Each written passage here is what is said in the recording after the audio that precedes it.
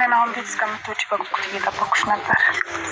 እርግጠኛ ነኝ ኤደን የምትባይ ያንን አሁን ቤት ሰራተኛ ሆነሽ የምትሰሪው ልጅ ነሽ አይደል? አዎ እኔ ነኝ።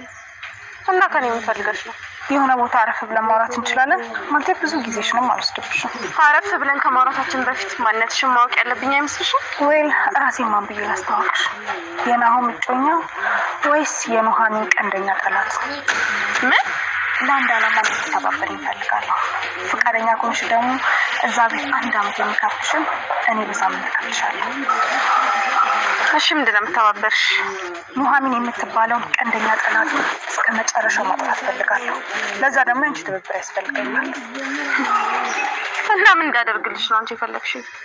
ለዚህ እኮ ነው ስለ ሁሉም ነገር የሆነ ቦታ አረፍ ብለን እናወራ ያልኩሽ። ለማንኛውም አሁን ሱቅ ተልኬ ነው የወጣሁት፣ ግን በሀሳብሽ የምስማማ ይመስለኛል። እርግጠኛ ነኝ የዛች ጊንጥ ጠላት መሆኔን የሆነ ተጠቁመሽ ነው። ኤርሚያስ ያላሰበው ነገር ገጠመው። በተለያየ ስራ ምክንያት የተጠመደችው ኤደንም አሁን ላይ እጅግ በጣም ስራዋን እያጧጣፈች እናም ደግሞ ነገሮችን እያመሰቃቀለች ትገኛለች። ስለ ናሆም ፍቅር በተደጋጋሚ እያወራት የምትገኘው ኑሐሚን አሁን ላይ እጅግ በጣም የሚያስጠላ ነገር ተፈጥሮባታል። የኑሐሚን እና የናሆም አባትም ልጆቻቸውን ለማጋባት ሽርጉድ እያሉ ይገኛሉ። እናም በዚህ ሁኔታ ደግሞ እጅግ በጣም ደስተኛ ሆነዋል። ነገር ግን ሁሉም ነገር የሚሳካላቸው አይመስለኝም። ሰላም ውድና የተከበራችሁ የኢትዮጵያ ቤተሰቦቼ እንዴት ናችሁ? ደህና ናቸው? እኔ እግዚአብሔር ይመስገን በጣም ደህና ነኝ። እንኳን ወደ ቻናሌ በሰላም መጣችሁ እያልኩኝ ለዚህ ዩቲዩብ ቻናል አዲስ ከሆናችሁ ላይክ፣ ሼር፣ ሰብስክራይብ በማድረግ ቤተሰብ ሁኑ። እንዲሁም ደግሞ ሀሳብ አስተያየት ካላችሁ ኮሜንት ላይ አሳውቁኝ። ለዛሬው ደግሞ ኑሐሚን ፊልምን ክፍል 28 ይዤላችሁ መጥቻለሁ። እስከ ቪዲዮ ፍጻሜ አብራችን ቆዩ። ኑሐሚን እንግዲህ የባለፈው ክፍል ላይ እንዳየነው ኤደን ሰራተኛው በሚል ተልካሻ ምክንያት የናሆም ቤት ገብታ እንደነበረና የናሆም እናት ቅጥረኛ ሆና ኑሐሚንን ከዛ ቤት ለማስወጣት ደፋ ቀና እያለች ትገኝ ነበረ። ዛሬ ደግሞ በአላማዋ መሰረት የአባቷ እግር ላይ ተደፍታ አባቷን ይቅርታ በመጠየቅ እያስመሰለች ትገኛለች። ነገር ግን አሁንም አባቷ ሊያምናት ቢሞክርም ኑሐሚን ግን በፍጹም እንዳታምናት አባዬ እሷ ውሸቷን ነው እያስመሰለች ነው። ከዚህ በፊትም ብዙ ነገር አድርጋን እናም ደግሞ ይቅርታ ጠይቃን ይቅር ብለናታል። አሁን ግን እያስመሰለች ነው። ምንም እውነት የሚባል ነገር የለም ስትል ነበረ ኑሐሚን ከአባቷ አጠገብ እንድትነሳ ያደረገቻት። አባትየውም እንግዲህ የሚወስነው መላው ጠፍቶት ምንም መልስ ሳይሰጣት ኤደን ተነስታ ሄዳለች። እናም አሰሪዋ ስትጠይቃት እኔ እያስመሰልኩኝ ነው፣ የግዴታ በደካማ ጎናቸው መጠቀም አለብኝ፣ እናም ሳስመስል ነበረ በማለት ነበረ የመለሰችላት። እንግዲህ ይህንን ያየችው አሰሪዋም እያስመሰለች እንደሆነ በደንብ ነው የነቃችባት። እናም እጅግ በጣም አድርገሽ ትተውኛለሽ፣ ምርጥ ተዋናይነሽ፣ በዚህ ስራሽ ደግሞ ጥሩ ውጤት ታመጫለሽ ብዬ አስባለሁ እያለችም አደናንቃታለች። አምራንም ይህንን አጋጣሚ ለመጠቀም እየሞከረች ትገኛለች። እሱም ምንድነው ለኤደን ጠቀም ያለ ክፍያ ከፍላ ስለ ኑሐሚንና ናሆም እንድታጣራላት መቅጠር ነበረ። ኤደንም እንግዲህ ይህን አጋጣሚ መጠቀም አለብኝ ብላ አስባለች። የአምራንን ኪስ ማውለቅ አለብኝ፣ ስለ ኑሐሚንና ስለ ናሆም አንዳንድ ነገር እየቀበጣጠርኩኝ በደንብ የእሷን እጅ መጠቀም አለብኝ ስትል ነበረ የወሰነችው። እናም አምራንን ቀብድ ክፈይና የምትፈልጊውን ሁሉ አደርግልሻለሁ ብላታለች። አምራንም እንግዲህ ተገቢ ነው ያለችውን ብር ቀብድ ከፍላለች ማለት ነው። ቀብድም ከከፈለች በኋላ ኤደን መታ ለአለቃዋ እያንዳንዱ ነገር እንዳጣራላት ያላከችኝ አንዲት ሰው አለች፣ እሷም ስሟ አምራን ነው ስትል ነበረ የተናገረችው። እንግዲህ ምንድነው እንድታጣሪላት የምትፈልገው ብላ ብጠይቃት እሷም እያንዳንዱ ነገር ዝርግፍ አድርጋ ነግራታለች። ስለ ኑሐሚንና ስለ ናሆም ምን ላይ እንዳሉ አጣሪና ንገሪና ያለችኝ ስትል ነበረ ያወራችው።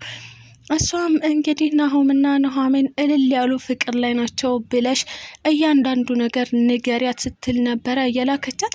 ኤደንም በተላከችው መሰረት ለአምራን እነሱ አሁን እጅግ በጣም ደስ የሚል ፍቅር ላይ ናቸው፣ እናም ደግሞ አብረው ነው ያደሩት ስትል ነበረ ቀበጣጥራ እያንዳንዱ ነገር እያስመሰለች እየነገረቻት። ይህንን እየሰማችው አምራንም እጅግ በጣም በመበሳጨት ነበረ ከኤደን አጠገብ ዞር ያለችው።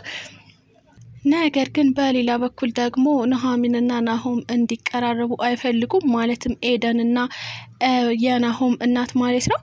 እናም የግዴታ ማራራቅ አለባቸው። ስለዚህ መጠቀም የፈለጉት አንድ ሰው አምጥተው ከኑሐሚን ጋር እንዲታይ እናም ናሆም እጅግ በጣም አድርጎ እንዲጠላት ለማድረግ ነው ተመካክረው የነበረው። ኤርሚያስም ስለ ኑሐሚንና ስለ እኔ አንዲት ነገር ብታወሪ ሲጥ አድርጌ ነው የምገልሽ ሲል ነበረ ኤደንን ያስፈራራት።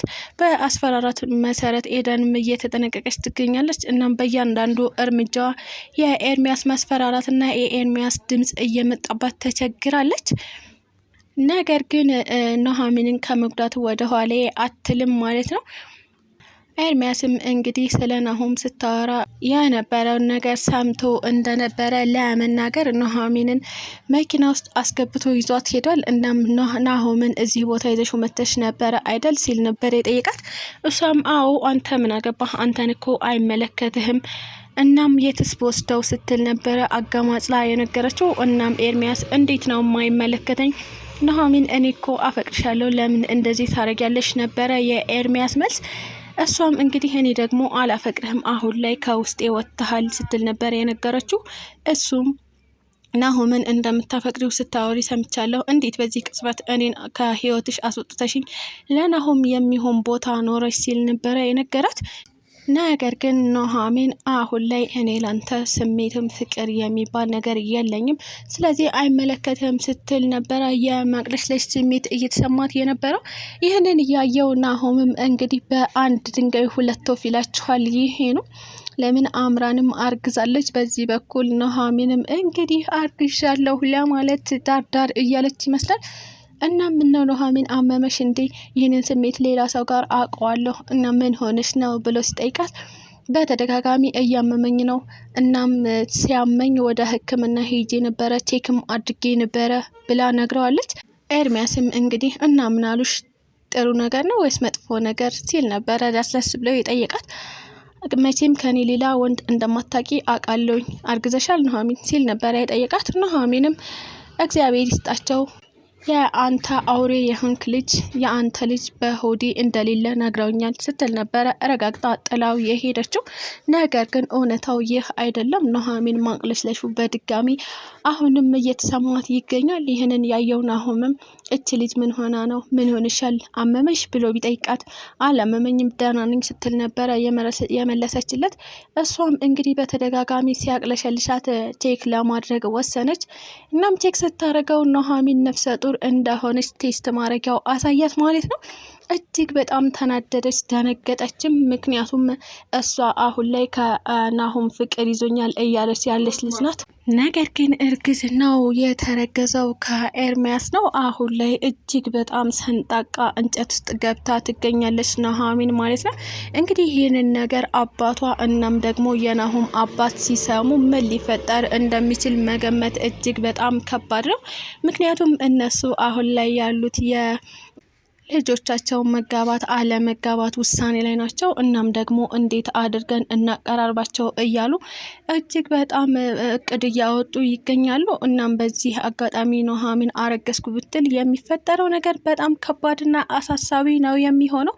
ናሆም ግን እንግዲህ የኛው ከተሳካለት እጅግ በጣም ደስተኛ ነው የሚሆነው። ምክንያቱም ኑሐሚንን በተደጋጋሚ አፈቅርሻለሁ እያለፈለፈባት ይገኛል። ይህንን የምትሰማው አምራንስ ምን አይነት ስሜት ይሰማት ይሆን? የምርም ኑሐሚን ከኤርሚያስ ካረገዘች አምራን ደግሞ ከአምራንም ከኤርሚያስ ነው ያረገዘችው። እናም መጨረሻቸው ምን ሊሆን እንደሚችል ፈጣሪ ብቻ ነው የሚያውቀው። ስለተከታተላችሁኝ እጅግ አድርጌ አመሰግናለሁ።